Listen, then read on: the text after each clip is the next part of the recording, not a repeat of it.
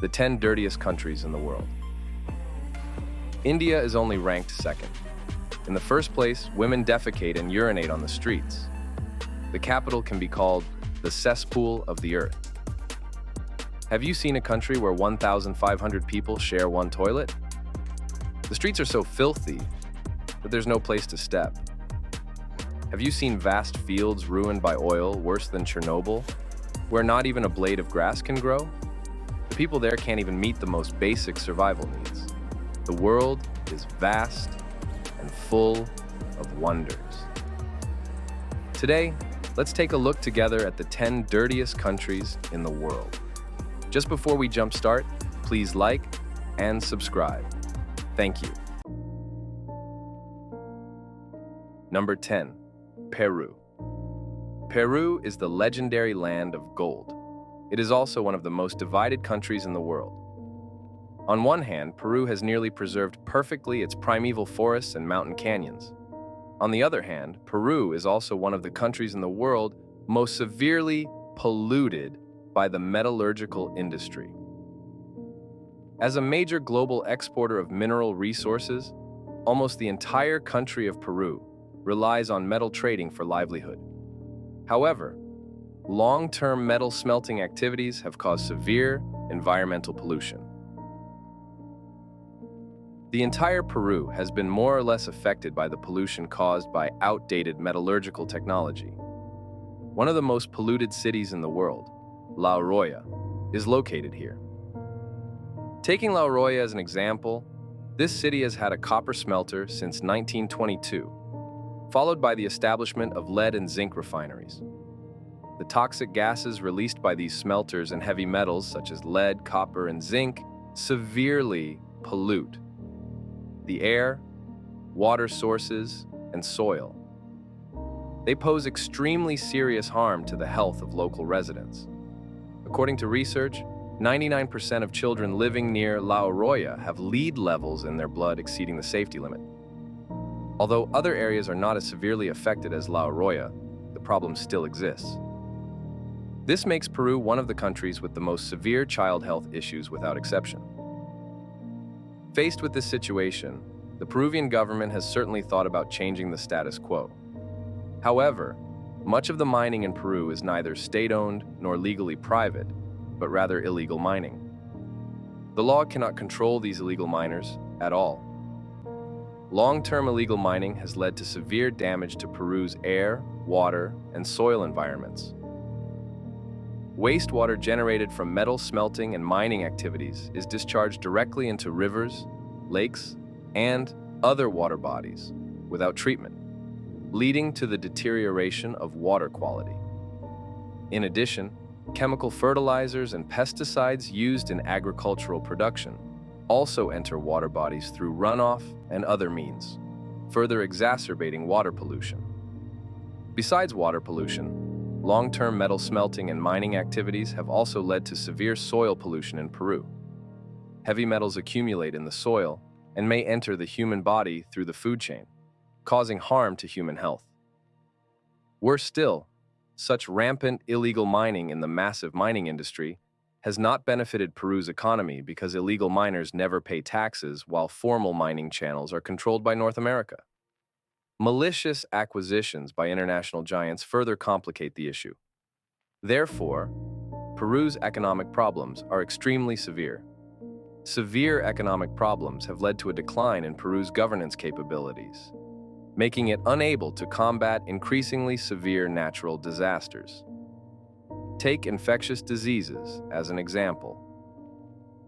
In April 2024, the Peruvian Minister of Health reported to the president that in the first 4 months of the year, Peru had recorded 120 deaths from dengue fever, with a total of over 117,000 reported cases. Worse still, after this, Peru will also face an unprecedented El Niño disaster.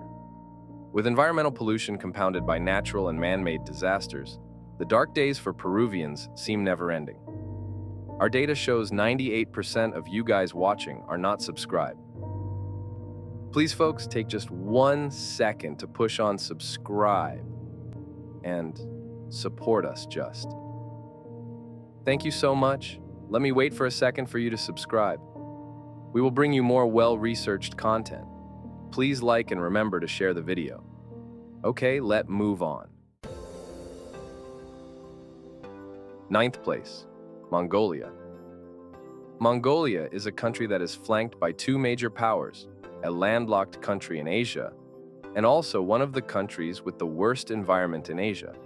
Although it is famous for its vast grasslands, if you actually go to Mongolia, you won't see scenes like the wind blowing over the grass and revealing cattle and sheep. Most of the time, you can only see sparse grass in Mongolia, desertified land and rivers polluted by mining. Every spring, the cold air from Siberia will directly turn Mongolia into a paradise for wind disasters. The sky-darkening yellow dust storms will sweep over everything in the grasslands and cities, further damaging the land without plant protection. Logically speaking, Mongolia has vast territory, a favorable diplomatic environment, and a sparse population. It should be a paradise on Earth. However, the reality is not like this. In recent years, Mongolia has been facing increasingly severe environmental issues, especially soil desertification. This not only threatens its domestic, economic, and social development, but also directly affects the quality of life of residents in neighboring border areas. Mongolia is one of the countries most severely affected by desertification in the world. Over 70% of its territory is facing varying degrees of desertification. This is, of course, related to its national climate. Firstly, Mongolia has low and unevenly distributed precipitation. Most areas receive less than 300 millimeters of rainfall annually. Secondly, Mongolia is located in high latitude and plateau regions. High latitude means long and cold winters. High altitude means that even if there is precipitation, it will flow elsewhere due to gravitational effects. The surface has difficulty retaining moisture, but the natural environment is not the reason why Mongolians have managed the country into the largest desertified country in Asia. Because regions with similar or even worse geographical conditions than Mongolia, such as Inner Mongolia in China and Siberia in Russia, have not experienced this situation. The primary factor leading to this issue in Mongolia actually comes from the Mongolians themselves. Firstly, animal husbandry is an important industry in Mongolia, but overgrazing has led to severe pasture degradation. According to data from the United Nations Development Program, by 2019, the total number of livestock in Mongolia had reached 70.9 million. This exceeds the total carrying capacity of the pastures by 33 million. In different regions, the number of grazing livestock has reached 2 to 5 times the carrying capacity of the pasture environment. This kind of overgrazing destroys the grassland vegetation, reduces the soil's coverage and retention capacity, and intensifies wind and water erosion. Besides, Mongolia's mining industry is also a major fundamental factor in environmental destruction. Its mineral resources, such as copper, coal, and iron, are extremely abundant. However, unregulated and illegal mining is rampant. These activities not only consume a large amount of water resources, but also destroy surface vegetation and soil structure. Waste rock, produced during the mining process, waste residue, and wastewater, if not properly treated, will further pollute and damage the land. And Mongolia naturally has no effective way to properly handle this. Wastewater and waste residue can only be randomly piled and discharged. Facing increasingly severe pollution, Mongolia doesn't seem too keen on solving these problems. After all, Mongolians with some money will go to Korea, and the country's economic pillars, apart from herding and mining, have nothing else. If forced to rectify, Mongolia might have to rely entirely on hosting Korean tourists and clients to survive.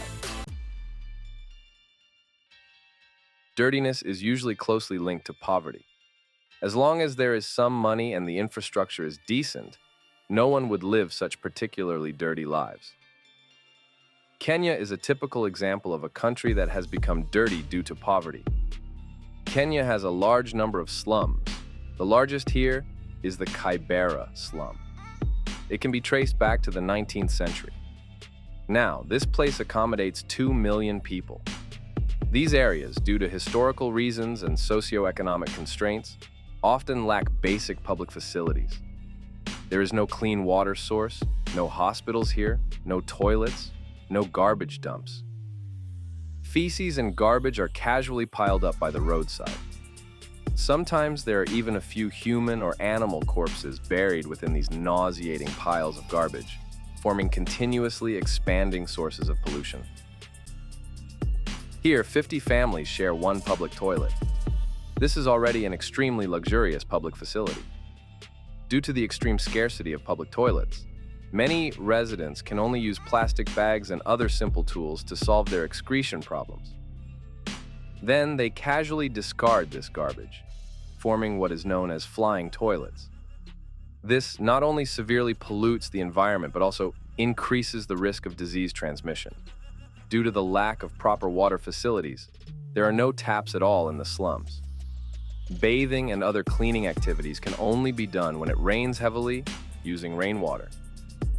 At the same time, rainwater is not only used for bathing, but also to meet daily water needs, and these water sources are often polluted. Meanwhile, due to the lack of a drainage system, rainwater and sewage cannot be drained in time, leading to severe water accumulation, which easily breeds mosquitoes and bacteria. Many deadly infectious diseases spread through the sewage, wantonly claiming lives. And the poor Kenyans are helpless against this. If you go to Kenya, your guide will most likely tell you not to wear very nice clothes. If you have skin allergies, make sure to protect your skin, because in Kenyan cities, a random gust of wind can bring the stench of bacteria and garbage. This kind of pollution attack is almost unseen in other places in the world. Although Kenya's pollution is so terrible, in fact, Kenya's natural environment is extremely superior. It can be called the paradise of Africa. The main reason for this situation is still due to Kenya's poverty. Since the 19th century, this place has been under British and French colonial rule, making it difficult to develop. After independence, continuous conflicts due to the aftermath of the Cold War and continuous wars have made it impossible to develop education here. Without education, there is no foundation for any modern society. So Kenya has been in this vicious cycle. Until today, Chad is an African country. It is also a resource exporting country. Its oil, natron, gold, and other mineral reserves are abundant. The export prospects are also good. However, due to the lack of modern extraction technology and the serious issue of illegal mining and smuggling, this unique natural resource has become a source of pollution for Chad. Although Chad's level of industrialization is relatively low, with the extraction and processing of resources like oil, industrial emissions have gradually become a major source of air pollution. These pollution sources directly affect Chad's water sources and consequently damage local agricultural production, making the entire country more dependent on resources. But the extractable resources will further pollute the country, thus tying it to the chariot of high pollution industries, unable to stop. During the oil extraction process, if not handled properly, it can easily cause water pollution. Chad's water resources are already scarce, and due to industrial emissions, agricultural non-point source pollution, and factors such as the direct discharge of untreated domestic sewage, have led to severe water source pollution problems, especially in the areas surrounding Lake Chad. Due to overdevelopment and pollution, the water quality has deteriorated sharply, threatening the safety of drinking water for residents and the health of the ecosystem. Additionally, during the extraction and transportation of oil, leakage incidents can severely pollute the soil. Chad's road infrastructure is severely underdeveloped, and public security is concerning. Every year, countless lands are polluted by leaked oil. Worse still, due to scarce rainfall and reasons such as overdevelopment, Chad's desertification problem is becoming increasingly severe. Desertification not only leads to the reduction and degradation of land resources, but also exacerbates sandstorm disasters and ecological environment deterioration. With the worsening of ecological destruction and pollution, Chad's biodiversity is also facing serious threats. The ecological destruction will further exacerbate Chad's decline in agriculture and livestock. In this regard, it cannot be said that the Chadian government is without solutions. But currently, Chad's efforts in environmental management can only be described as a drop in the bucket. As one of the world's wealthiest nations, no one could imagine that it is actually also a country plagued by environmental issues. Saudi Arabia, as an economic powerhouse in the Middle East, has a large number of industrial enterprises and factories. These enterprises produce a large amount of waste gas, wastewater, and solid waste during production. Although Saudi Arabia is keen on management, the regulatory enforcement is not strict enough, and domestic corruption is rampant. Coupled with Saudi Arabia's inherent lack of water resources, further increasing the difficulty of pollution treatment, thus pollution control has been slow to show results. Besides industrial pollution, Saudi Arabia's own environment is also one of the fundamental causes of pollution. Saudi Arabia is located in the Middle East with an arid climate and widespread deserts. This geographical environment makes sandstorms a natural disaster. Sandstorms carry large amounts of dust and harmful substances, which not only harm the human respiratory system, but also cause devastating damage to vegetation. Of course, the above 2 points are not the most fundamental reasons. After all, there are many places in the world with a lot of sandstorms. There are also many places with strong industries. The fundamental cause of pollution in Saudi Arabia is still because of extraction activities and its water scarcity issues. Saudi Arabia is the world's largest oil producer. It has a high dependency on fossil fuels. The extraction, processing, and use of fossil fuels generate a large amount of pollutants. Due to the lack of freshwater resources, Saudi Arabia has also vigorously developed seawater desalination industries to meet domestic freshwater needs. However, seawater desalination is a high energy consuming industry. It uses a large amount of oil, natural gas, and other fossil fuels to provide energy for desalination, resulting in severe air pollution. It may also discharge high concentrations of brine and industrial wastewater into the ocean, causing damage to the marine ecological environment. In recent years, due to environmental issues, Saudi Arabia has repeatedly faced epic heat waves. Thousands have been hospitalized or even died from heat stroke. In response, the Saudi government can only continuously pour money to solve the problem. Now, Saudi Arabia has proposed a bunch of potential high-tech development solutions to address the issue, and is heavily recruiting foreign technical experts to aid in its development. However, these projects are somewhat overambitious. Whether they can be implemented and improve Saudi Arabia's situation remains to be seen. Nigeria is one of the world's largest oil producers. The country is located in the tropics and has diverse terrain and landscapes, from the Hausa highlands in the north to the low hills in the south, then to the coastal strip plains. This rich natural landscape is formed by many rivers, with the Niger River and its tributary, the Bonu River, being the main water systems. Nigeria's natural resources are extremely abundant, proven to have commercial mining value. There are as many as 44 types of mineral resources. Among them, oil and natural gas are the most important. Besides oil resources, Nigeria's agriculture is also very developed.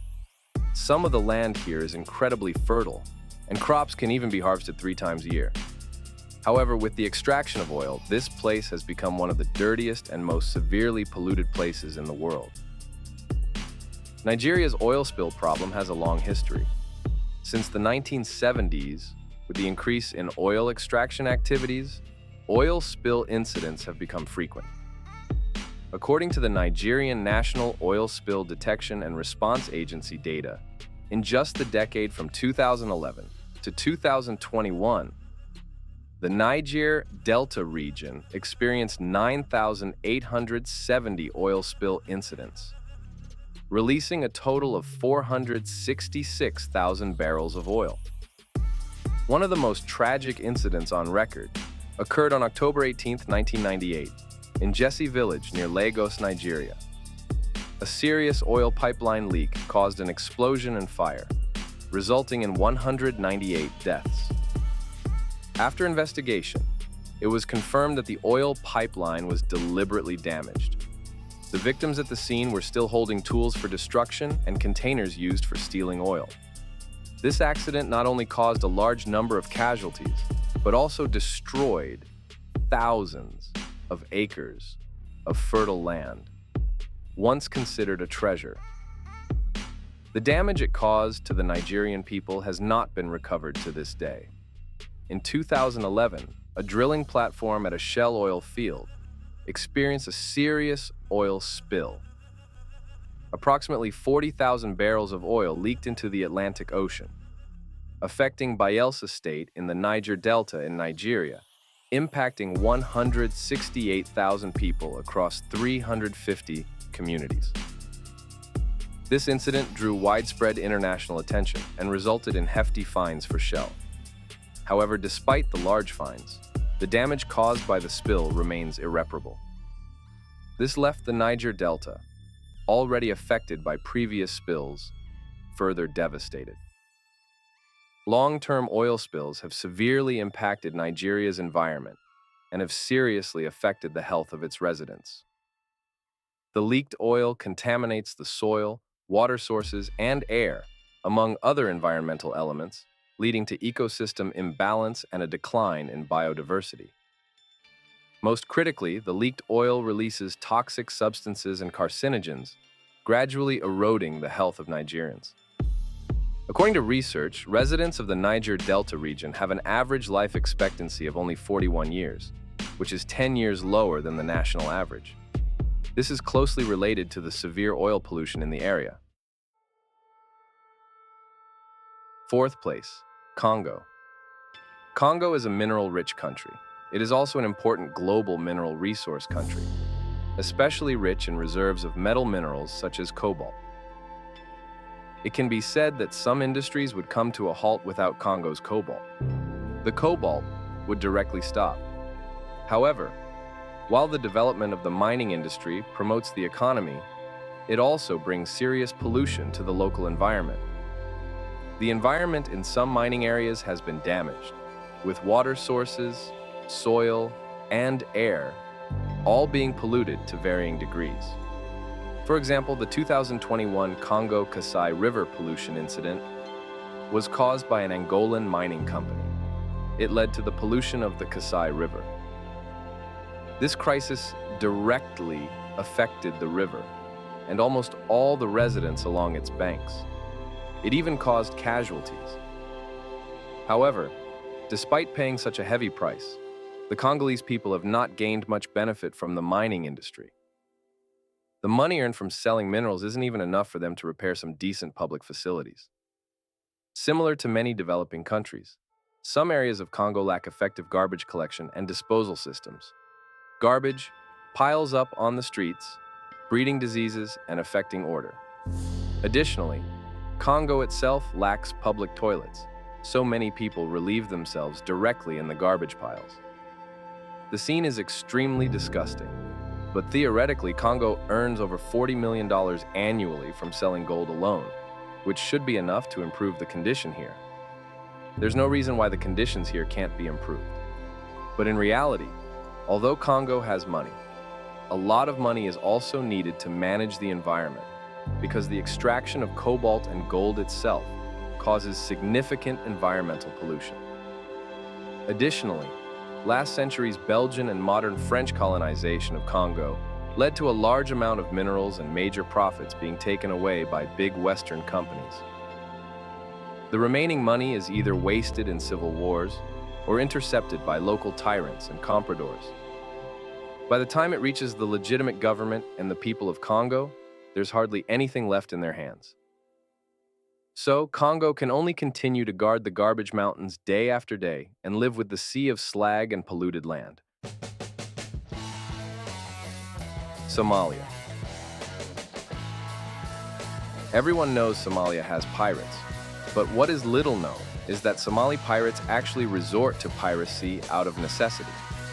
If Somalia's situation wasn't so dire, the pollution destroyed their livelihood. They were originally just a group of honest fishermen and farmers. Although Somalia's poverty and turmoil stem from civil war, the intensity of the civil war alone could not turn Somalia into a country where fishing and farming are impossible. In fact, the birth of Somali pirates was directly caused by Western countries. In the 1960s, the development of nuclear energy as a new energy source was in full swing. This gave rise to the problem of where to dispose of nuclear waste. The cost of handling nuclear waste is extremely high, and mishandling it can easily lead to accountability. Under heavy pressure, some profit-seeking European energy giants and the mafia secretly took advantage in the 1980s of Somalia's lax maritime policies to dump hundreds of tons of nuclear waste into Somali waters. These nuclear wastes have brought devastating damage to Somalia. Countless fishermen have contracted radiation sickness. The fishing grounds and fields they once relied on for survival have turned into polluted wastelands, with deformed children everywhere. The worst part is, even if the United Nations wants to help the Somali people clean up, they don't know where these nuclear wastes were dumped. What's even worse is since this incident, major Western companies seem to have seen a low-cost way to dispose of garbage and waste. International commercial ships and fishing boats, when operating in Somali waters, often discharge wastewater, oils, and other harmful substances. These discharges directly disrupt the balance of the marine ecosystem and have completely destroyed Somalia's already limited fisheries. Additionally, some companies or individuals, in order to reduce costs, directly dump waste into the ocean, exacerbating the level of ocean pollution and completely cutting off the livelihoods of Somalis. In utter desperation, this led to Somali fishermen turning to piracy. Second place, India. India claims to be a vibrant and powerful nation and also holds the title of the world's largest democracy. Not everyone acknowledges these grand titles, but another title of India has been almost universally recognized by the whole world: the dirtiest country. India's dirtiness is in all aspects. Before the rise of the internet, many people, especially those from China and Japan, had an inexplicable longing for India. After all, this is the birthplace of Buddhism. But when these people went to India as travelers, they found that it was far from the rumored beauty, nor was it a bustling Buddhist holy site. Instead, it was a place filled with bizarre foods and excrement flowing freely, with a population as crowded as an ant nest. The smell in the air was like a giant public toilet stench.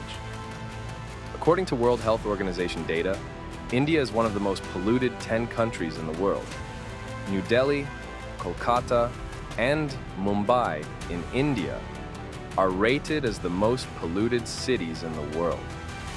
The Ganges and Yamuna rivers in India are among the world's 15 most polluted rivers. India is also ranked among the world's top 10 most in the list of places needing clean water. These lists somewhat look down on developing countries. They seem biased against Asian countries. But in their evaluation of India, they are indeed quite objective. You should know that out of 250 million households, only 46.9% have their own toilets. At least 600 million Indians do not have toilets. They rely on rivers and garbage dumps and defecate by the roadside to solve the problem. In the poorest Indian slums, this makes the background music fast, rapid beats.